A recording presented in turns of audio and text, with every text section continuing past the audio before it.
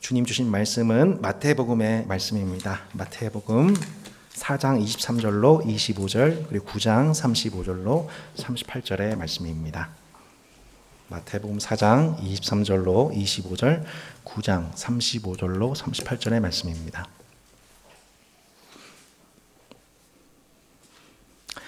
예수께서 온 갈릴리에 두루 다니사 그들의 회당에서 가르치시며 천국 복음을 전파하시며 백성 중에 모든 병과 모든 약한 것을 고치시니 그의 소문이 온 수리아에 퍼진지라. 사람들이 모든 앓는 자 곧 각종 병에 걸려서 고통당하는 자, 귀신 들린 자, 전철한 자, 중풍병자들을 데려오니 그들을 고치시더라. 함께 읽겠습니다. 갈릴리와 데가볼리와 예루살렘과 유대와 요단강 건너편에서 수많은 무리가 따르니라. 아멘. 9장 35절로 38절입니다.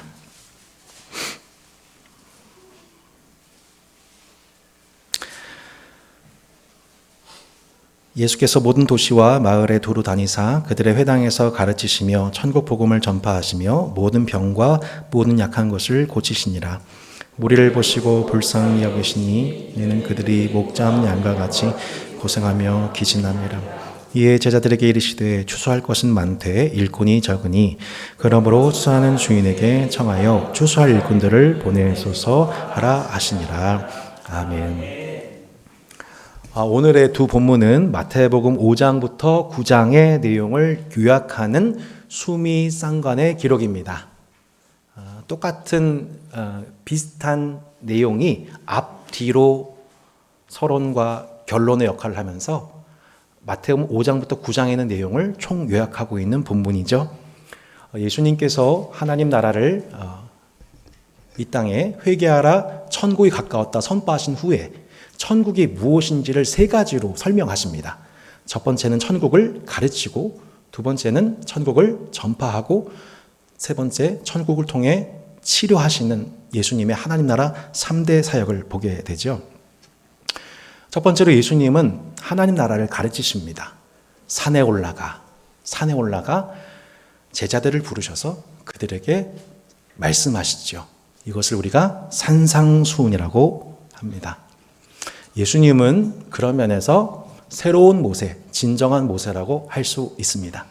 모세가 시내 산에서 말씀을 받아 이스라엘 백성들에게 가르침과 같이 예수님께서 산에 올라가 새 이스라엘, 제자들을 비롯한 신약 공동체를 향해 새로운 율법, 새로운 복음인 산상수훈을 가르치셨죠. 또한 예수님은 능력으로 하나님 나라를 전파하십니다.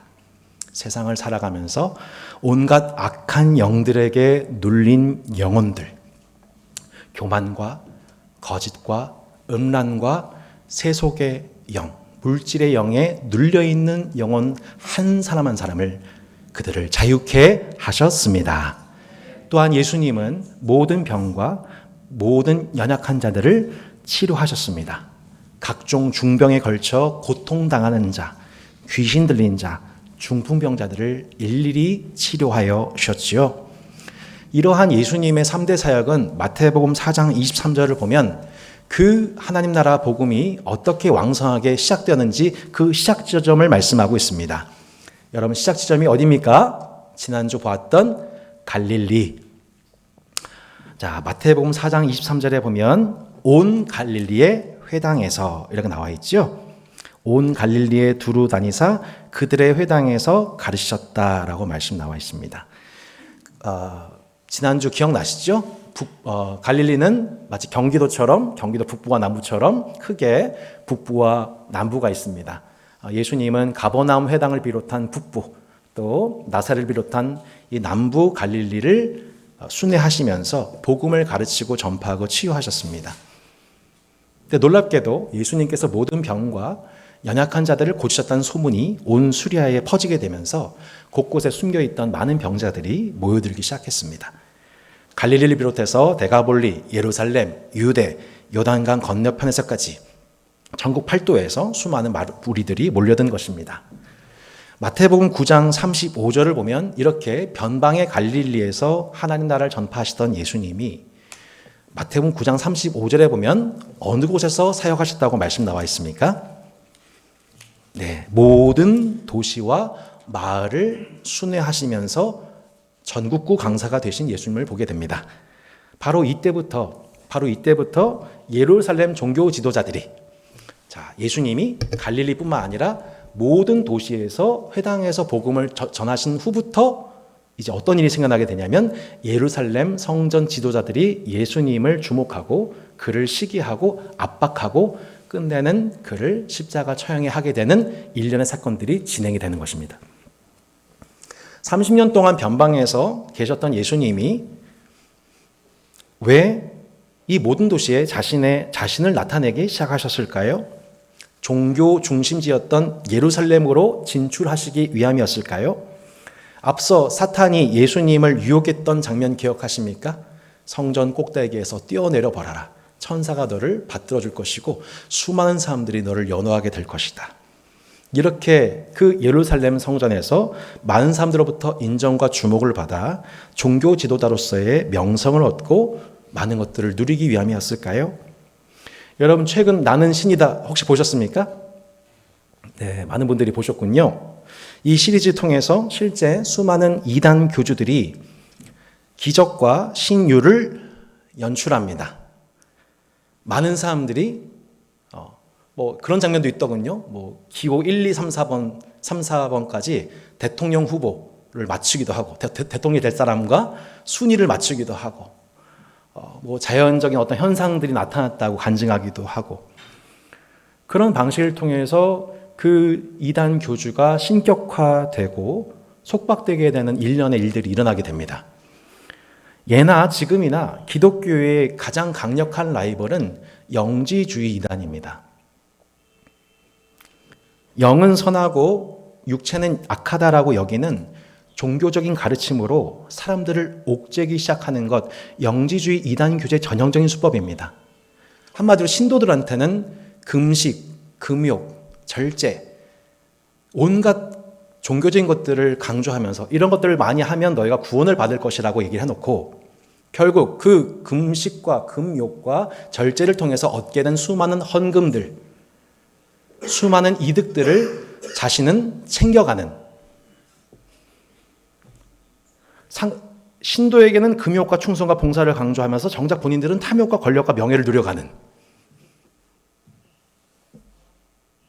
10,000명의 여신도를 강간하고 14만 4천의 숫자가 채워져도 더 많은 신도를 늘리려고 하는 결국 그들은 더 큰 탐욕을 채우기 위한 종교 사기 집단이라는 것이 드러나고 있는 것이죠.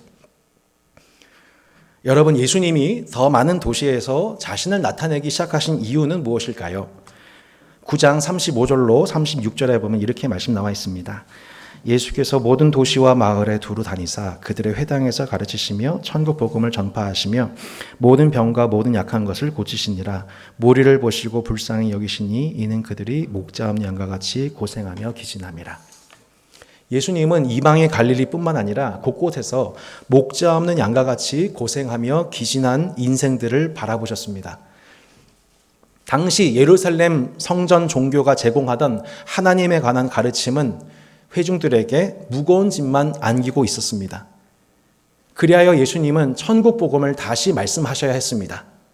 하나님의 통치가 백성에게 임하게 될 때 그 백성들이 누리는 기쁨과 즐거움이 무엇인지, 그 하나님 백성된 삶의 행복이 무엇인지를 예수님은 그들에게 산상수훈과 비유를 통해서 다시 말씀하셔야 했습니다. 다음 주부터 보게 되는 산상수훈의 가르침을 통해서 예수님께서 진짜 하나님 나라의 복음이 무엇인지를 우리 가운데 깨닫게 하신 은혜가 있기를 축복합니다. 당시 그렇게 하나님 나라를 가르치고 또한 아무도 돌봐주지 않고 치료할 수 없는 수많은 중병들과 모든 약한 것들로 고생하는 그들의 모습을 보시고 예수님은 그들의 필요에 따라 움직여 가십니다. 쉬운 성경에 보면은 이러한 예수님의 사역에 대해서 이렇게 표현하고 있습니다. 온갖 질병과 고통을 치료해 주셨습니다.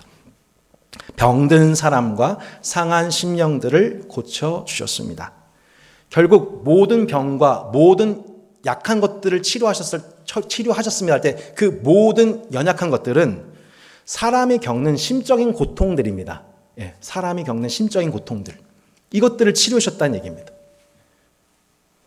여러분, 이단 사이비 교주회와 집단에게 물리적인, 신체적인, 정서적인 폭력과 가스라이팅을 당한 자들의 피해 규모는, 이 정서적인 피해 규모는 가히 천문학적입니다.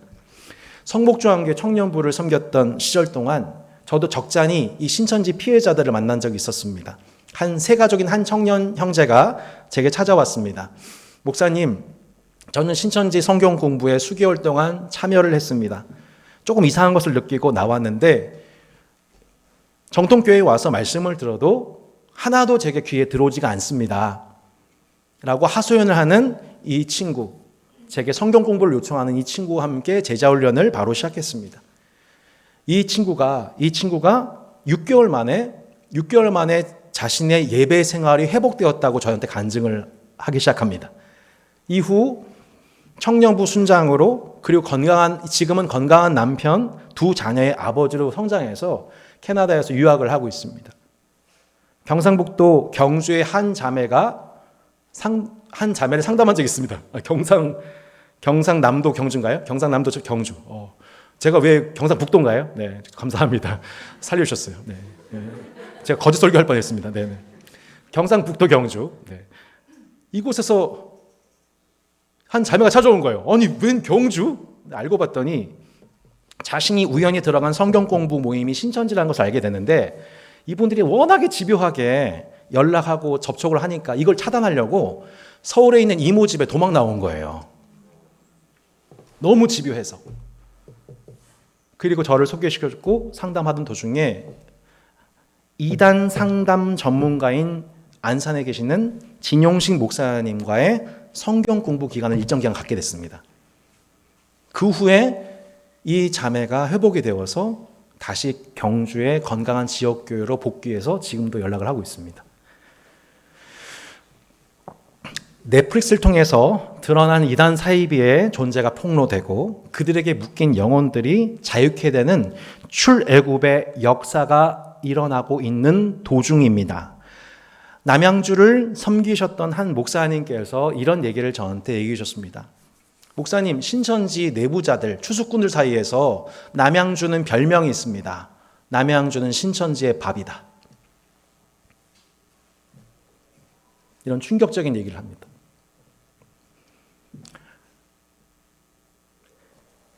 각 교회에서 말씀 양육을 제대로 받지 못한 수많은 청년들과 성도들이 신천지의 교리에 너무 쉽게 아멘 하면서 빠져들다라는 것입니다. 성도 여러분, 이제 이단에 빠졌던 수많은 사람들이 이렇게 넷플릭스를 통해서 드러나게 되었고 공론화되고 있는 이 시점 가운데서 만약 그들이 지역교회로 다시 돌아오게 된다면, 여러분, 우리 지역교회는 여러분 무엇을 위해 기도하고 무엇을 위해 준비할지 명확하지 않겠습니까? 우리가 예수님께서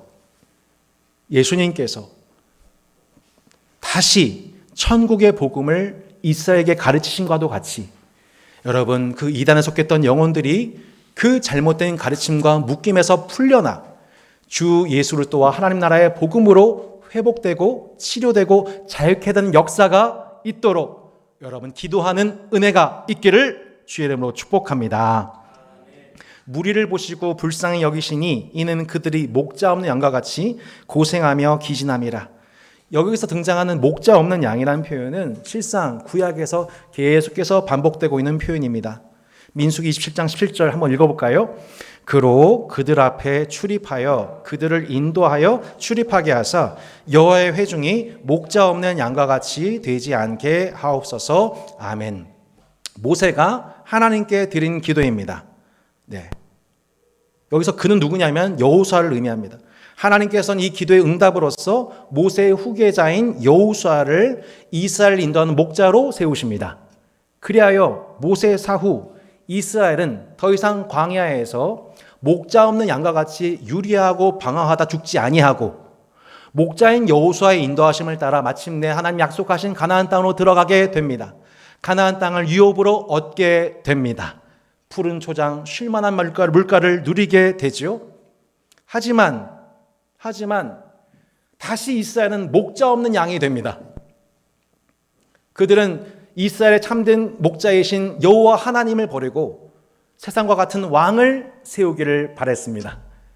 그러나 세워진 40명의 왕들은 그들의 진정한 목자가 되지 못했습니다. 결국 저들은 목자 없는 영과 같이 열강의 포로가 되어 끌려가게 되지요. 이 현상에 대해서 에스겔 선지자를 통하여서 하나님이 이렇게 말씀하셨습니다. 너희가 그 연약한 자를 강하게 아니하며 병든 자를 고치지 아니하며 상한 자를 싸매주지 아니하며 쫓기는 자를 돌아오게 하지 아니하며 잃어버린 자를 찾지 아니하고 다만 포악으로 그것을 다스렸도다. 뭐가 없으므로요? 목자가 없으므로 그것들이 흩어지고 흩어져서 모든 들짐승의 밥이 되었도다. 내 양떼가 모든 산과 높은 대뿌리마다 유리되었고 내 양떼가 온 지면에 흩어졌을 때 찾고 찾는 자가 없었도다. 양들이 들짐승의 밥이 되고 양떼가 유리하고 흩어지게 되는 이유는 정말 간단합니다. 누가 없으면요? 그들을 찾아가는 목자가 없으면. 양들은 쉽게 이탈됩니다. 쉽게 연약해집니다. 쉽게 병듭니다. 쉽게 잃어버립니다. 이탈합니다. 그게 양의 특징입니다. 하지만 그들을 찾아가는, 그들을 싸매주는, 그들을 치료해주는, 그들의 피를 채워주는 목자가 있다면 문제가 되지 않습니다. 문제는 목자가 없었다는 겁니다. 잃어버린 자를 찾아가는 목자가 없었다는 거예요. 그 목자는 보이지가 않고 오직 고용된 사꾼들만 넘치는 종교인 전성시대가 되어버렸다는 것입니다. 에스겔서 34장 2절에 이렇게 말씀합니다. 주 여호와께서 이같이 말씀하시되 자기만 먹는 이스라엘 목자들은 화 있을진저 목자들이 양떼를 먹이는 것이 마땅하지 아니하냐. 자기만 먹는 이스라엘 목자들은 화 있을진저 목자들이 양떼를 먹이는 것이 마땅하지 아니하냐. 신대원 2학년 때 제가 잊혀지지 않는 수련회 시간이 있었습니다. 얼마 전에 저희 그 주일학교 부흥에 이상현 집사님 오셨었잖아요. 그 이상현 집사님과 함께 섬겼던 문화천연관교회 청년부 수련회 둘째 날이었습니다. 당시 세구민 침례교회 한재용 목사님의 말씀을 전하셨습니다. 설교 제목이 정확하진 않지만 목자와 양에 관한 설교였습니다. 그때의 제목이 목자는 양을 위해서 죽는다. 예수님은 선한 목자라 목자는 양을 위하여 목숨을 버리거니와. 이런 메시지였습니다. 이 말씀을 듣고 기도하는 도중에 이것이 제 생각 안으로 그런 생각이 들어왔습니다. 아, 지금 이 상황은, 지금 교회 상황은 목자가 양을 위해 죽는 것이 아니라 양들이 목자로 인해 죽고 있구나. 많은 양들이 목자로 인해 죽고 있구나. 여러분 묻겠습니다. 목사를 위해 성도가 있습니까? 성도를 위해 목사가 있습니까? 바꿔 질문 드리겠습니다. 의사와 병원을 위해 환자가 있습니까? 환자를 위해 의사와 병원이 있습니까? 여러분 한번 답해 보십시오. 당연하죠? 어렵지 않죠? 교회는 목사를 위해 존재하는 곳이 아닙니다. 의사의 존재 목적은 자신이 유명해지고 돈을 많이 벌고 훌륭한 의사, 좋은 의사라는 평판을 얻는 데 있지 않습니다. 저는 하나님께서 성경 말씀만이 아니라 문화를 통해 간혹 우리에게 속삭이신다는 것을 많이 경험합니다. 저도 드라마 정주행 한번 해보고 싶었습니다. 넷플릭스가 없거든요. 집에 TV가 없어요. 그래서 쿠팡 플레이로 옛날 드라마 하나를 봤습니다. 낭만 닥터 김사부 2017년도 그걸 정주행했습니다. 이런 목사도 드라마 봅니다. 이걸 보면서 6편 정도 때 제가 그 장면 레지던트 유연석이 낭만 닥터 김사부에게 수술 도중 묻습니다. 당신은 실력이 있는 의사입니까? 아니면 좋은 의사입니까? 하나도 안 똑같죠? 이렇게 이제 물어봅니다. 물어보는데 그때 낭만 닥터께서 이렇게 얘기를 하십니다. 아, 무슨 예수님 같았어요. 나는 한석규 씨입니다. 나는 전혀 안 똑같죠? 나는 실력 있는 의사도 아니고 좋은 의사도 아니야. 다만 환자한테 필요한 의사가 되려고 지금 최선을 다할 뿐이야.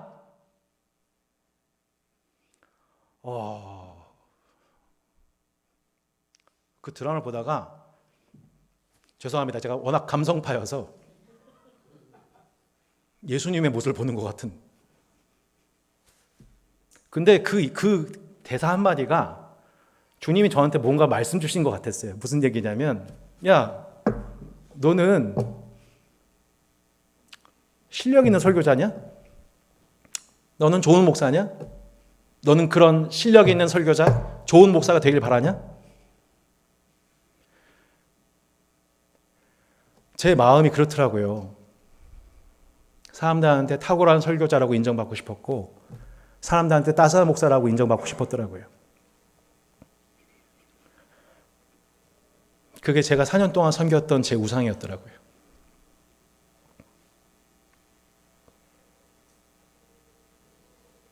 부끄럽고 부질없는 일이었죠. 굳이 비유하자면, 굳이 목사가 필요하다면 성도에게 필요한 목사가 필요한 거죠.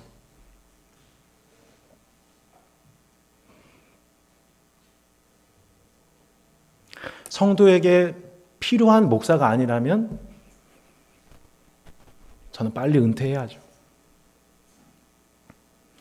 제가 오늘 설교를 준비하면서 다시 하나님이 제게 주신 마음입니다. 성도한테 필요하지도 않은 목사라면 굳이 있을 이유가 없다.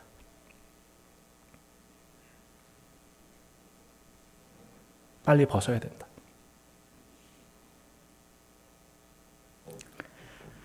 예수님은 명예와 성공을 섬기고 계시지 않습니다.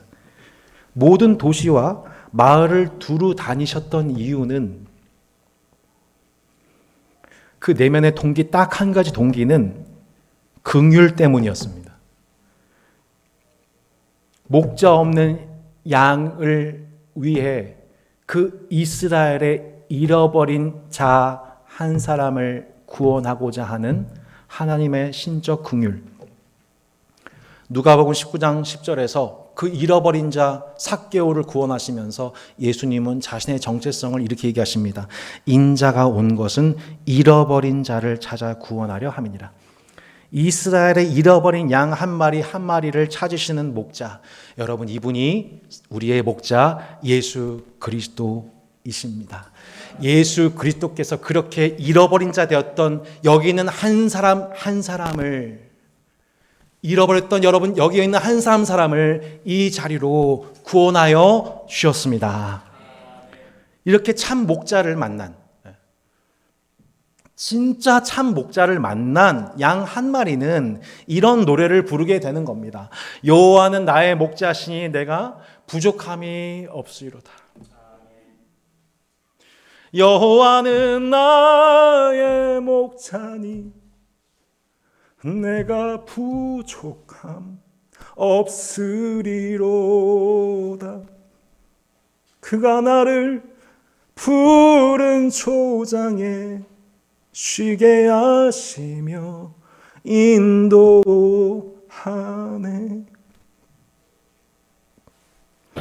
그가 나를 푸른 초장에 누이시고 쉴만한 물가로 인도하신도다. 내 영혼을 소생시키시고 자기 이름을 위하여 의의 길로 인도하신도다. 내가 사망의 음침한 골짜기로 다닐지라도 해를 두려워하지 않을 것은 주께서 나와 함께 하심이라. 주의 지팡이와 막대기가 나를 안위하시나이다. 목자 없는 양의 삶은 부족함 한가득입니다. 푸른 풀밭과 쉴만한 물가가 보이지가 않습니다. 제때 필요한 양식을 공급받지 못하며 영혼의 소생함을 누리지를 못합니다. 목자의 지팡이가 그들을 쳐주지 않으면 각기 제 길로 나아가 길을 금방금방 잃어버립니다. 양을 둘러싸 에워싸고 있는 짐승들을 물리치는 목자의 막대기가 없이 양은 결코 안전하지가 못하죠.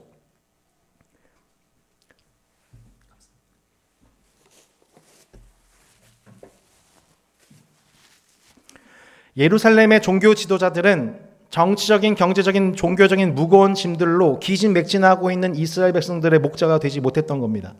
그들이 얻고자 했던 것은 무엇이었죠? 회중들로부터 얻게 되는 종교적인 명성과 물질적인 이득이었습니다.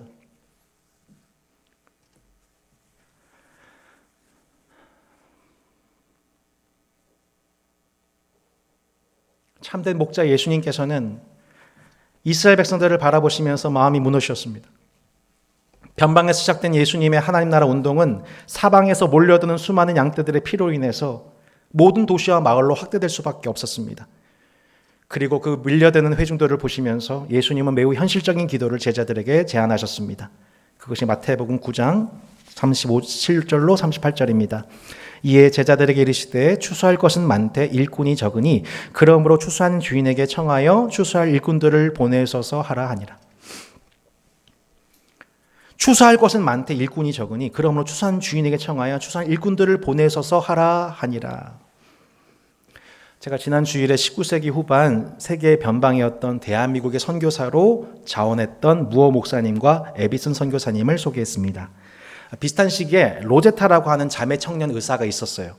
로제타. 조선에 여자 의사가 필요하다고 하는 소식을 듣고서 의료 선교사로 자원해서 뉴욕의 한 병원에서 레지던트 수업을 받던 중이었습니다. 근데 같은 병원에서 이 로제타 자매를 보던 윌리엄 제임스 홀이라는 형제가 이 자매를 보고 홀딱 반해버렸습니다. 그래서 프로포즈를 했습니다. 나 평생 당신과 함께하고 싶어요. 근데 로제타는 홀의 형제의 제안을 받아들이질 않았습니다. 네. 왜냐하면 로제타는 조선에, 홀은 중국에 지원한 선교사들이었기 때문이죠. 그래서 로제타는 홀로 조선에 처녀로서 들어오게 되었습니다. 속탄 홀 형제가 어떻게 했을까요? 선교부를 찾아가서 저를 제발 중국에서 조선으로 선교지 변경시켜주세요.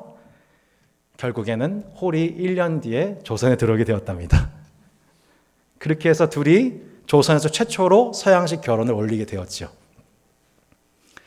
행복한 신혼이 이어지고 첫째 아들까지 두게 된 어느 날 조선에 청일전쟁이 터집니다.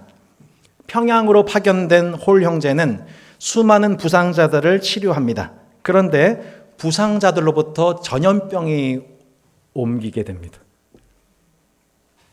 하나님께 살려달라고 로제타는 간절히 기도했지만 결국 조선에 들어온 지 2년 만에, 결혼한 지 1년 만에 34세의 나이로 홀 형제가 순교합니다. 홀은 로제타에게 이렇게 유언합니다. 내가 중국이 아닌 조선에 들어와서 당신과 결혼한 것 후회하지 않습니다. 그리고 평양으로 간 모든 선택을 후회하지 않습니다. 나는 그리스도를 위해서 일했고 하나님은 나에게 갚으실 것입니다. 남편을 조선에 묻은 로제타 홀은 당시 둘째 만삭이었던 상태였거든요. 둘째 출산을 위해서 첫째 아들을 데리고 미국으로 돌아갑니다. 그 아들과 자신을 환영해주는, 위로해주는 교회에서 그 위로식과 예배를 드리던 중, 함께 예배 드리던 중 그녀는 주님의 음성을 듣습니다.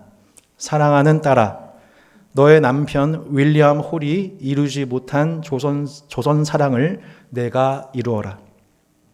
내 남편 윌리엄 홀이 이루지 못한 조선 사랑을 내가 이루어라. 로제타 홀은 어린 아들과 갓난 딸을 데리고 조선으로 들어갑니다. 근데 또다시 이해하지 못할 고난을 당합니다. 딸이 조선의 풍토병을 이기지 못하고 죽은 것입니다. 그렇게 로제타는 남편의 묘 옆에 딸의 묘비를 세워야 했습니다. 그리고 하나님께 딱 한 가지 기도했다고 합니다. 하나님, 제게 남은 아들과 조선에서 제발 오랫동안 사역하게 해 주세요. 제게 남은 아들과 조선에서 제발 오랫동안 사역하게 해 주세요. 하나님은 그녀에게 43년의 시간을 허락하십니다. 그리고 평양에 조선 최초의 병원을 세우고 농아학교, 어린이병동, 고대 의대의 전신이었던 여자의학교, 2대 부속병원의 전신인 동대문병원, 인천기독교병원, 인천간호보건대학 세우고 한평생 43년 동안 그렇게 주님 나라 섬기다가 결국 남편과 딸의 묘 옆에 안장되었습니다.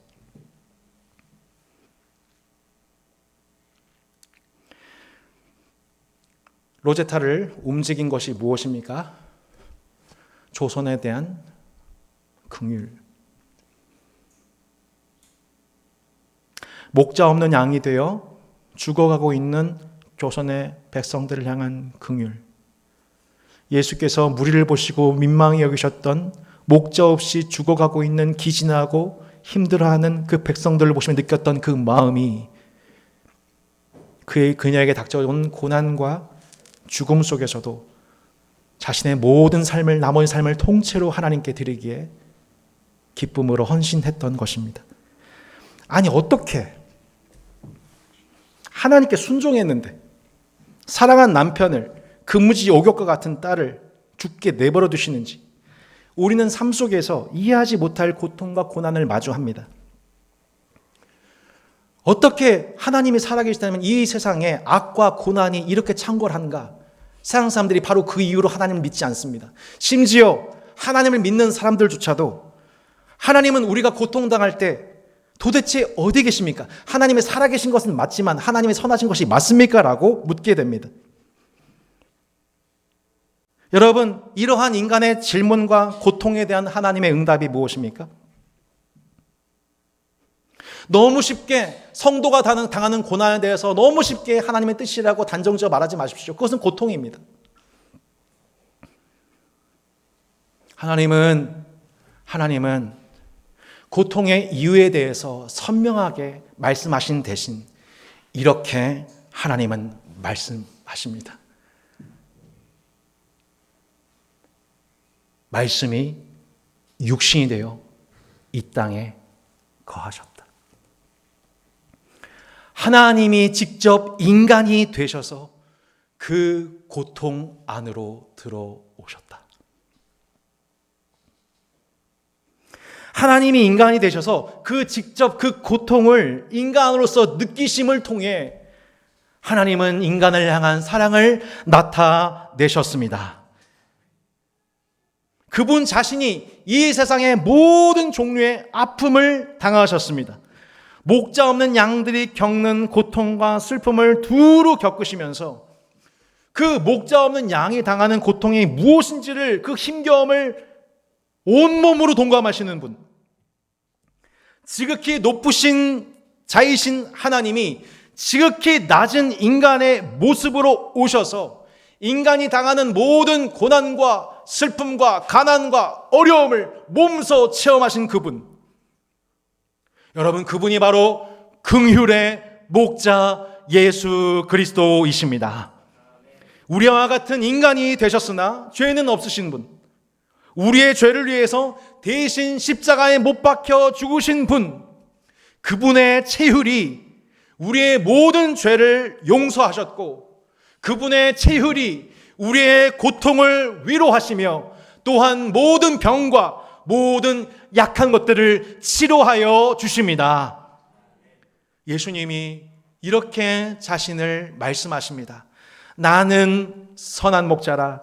선한 목자는 양을 위하여 목숨을 버리거니와 나는 양을 위하여 목숨을 버리노라. 사랑하는 따스한 교회 성도 여러분, 우리가 지금 예배하는 분이신 우리 예수 그리스도는 우리를 위해 자신의 생명을 바치신 분일 뿐만 아니라 우리 인생이 겪고 있는 모든 고통을 겪으시기 위해 직접 인간이 되셔서 인간으로서 그 모든 고통을 체휼하시고 그리하여 신자의 그 모든 고난과 고통 속으로 들어와 그 고통을 위로하시고 그 고통을 뛰어넘어 능력으로 살아갈 수 있도록 도우시는 살아계신 하나님이십니다. 선한 목자 예수 그리스도의 사랑과 공의와 생명과 평화가 그분의 양떼된 우리 안에 흘러넘치기를 소망합니다. 시편 23편의 찬양이 여러분 심령 깊은 곳에서 흘러나오는 주일이 되기를 바랍니다. 주일은 그 예수님이 나의 선한 목자이시고 그분은 나의 긍휼의 목자이심을 묵상하면서 온종일 그 나의 긍휼의 목자이신 예수님으로 인한 충만과 안식과 화목을 누리는 시간입니다. 또한 선한 목자 예수 그리스도를 경험한 그분의 작은 목자들이 일어나 목자 없는 양과 같은 이들에게 하나님 나라를 가르치고 전파하고 치유하는 교회로 축복하시는 날입니다. 성도 여러분, 정치적, 경제적, 종교적 불안과 혼란이 극심한 때입니다. 우리 예수님은 지금도 목자 없는 양과 같이 고생하고 기진하는 영혼들을 향하여 바삐 움직이고 일하고 계십니다. 그리고 그 복음의 현장에 제자들을 동원하십니다. 본인의 부활 승천 이후에 추수의 사명을 감당할 이들에게 그 목자의 마음을 가르치시는 3년의 시간이었습니다. 그리하여 제자들은 이단의 길로 가지 아니하고 예수 그리스도의 이름으로 말미암아 사리사욕을 채우는 종교 지도자의 길로 가지 않고 오직 영혼을 사랑하는 긍휼로서 그렇게 로제타 홀을 12명의 제자들을 한평생 주님의 긍휼에 매여 백성을 향한 목자의 긍휼에 매여 한평생 삶을 헌신하도록 예수님이 축복해 주셨습니다. 성도 여러분, 우리에게 그러한 예수 그리스도 선한 목자의 긍휼이 여러분의 우리 신령 가운데에 지금 새겨지고 있습니다. 지금 이 시대 속에서 우리가 동일하게 당하는 고난, 경제적인, 정체적인, 종교적인 혼란 속에서 우리가 지금 겪고 있는 그 고통으로서 우리 이웃들이 당하고 있는 고통을 치유하도록 우리 주님은 우리를 추수한 일꾼으로 불러주고 계십니다. 하나님의 때에 추수한 주인이 여러분을 쓰실 때에 주님 제가 여기 있습니다 라고 우리도 기쁨으로 주님의 긍휼에 매여 쓰임받는 예수 그리스도의 제자들 되시기를 예수 그리스도 이름으로 축복합니다. 아멘. 우리 함께 찬양하고 기도했으면 좋겠습니다. 성도 여러분, 오늘 함께 우리의 기도 제목을 한번 정리해 봤으면 좋겠습니다. 첫 번째, 주님